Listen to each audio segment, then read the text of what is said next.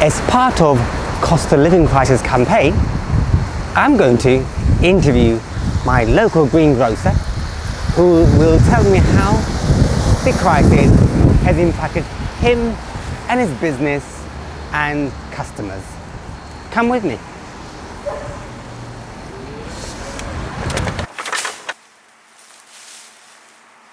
Decisions about how much money they spend, and as a result, I'd say people like me are bearing the brunt of it. They're probably going to suffer the most from it, because if you had a choice to heat your home or pay your food bills, obviously you don't want to compromise on either, but there comes a point where you have to budget, and like I say, independent shops like mine probably suffer because of it. And unfortunately, I do have to raise the prices accordingly.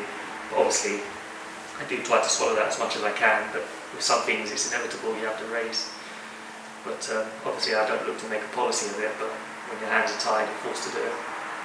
So in what way would you say your business will suffer because of it? I would say just in the fact that people are making the choice whether to keep themselves warm, pay their rent, or feed themselves, and obviously they're going to be feeding themselves, but not to the extent that they were before, maybe because of the price of other things that they have to pay, such as their overheads with regards to accommodation. In what way has that impacted you? Certainly a lot more expensive now.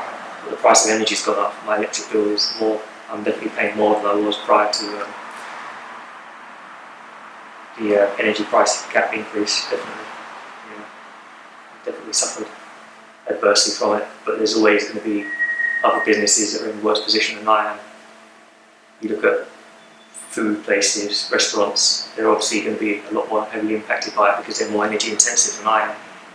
I'm just using electric via the light switches and maybe a fridge, but that's about it. So I'm not too reliant on it, but other businesses are. It's definitely more adversely affected than yours. So there we go. I've had a good chat with William about cost of living crisis. There we are.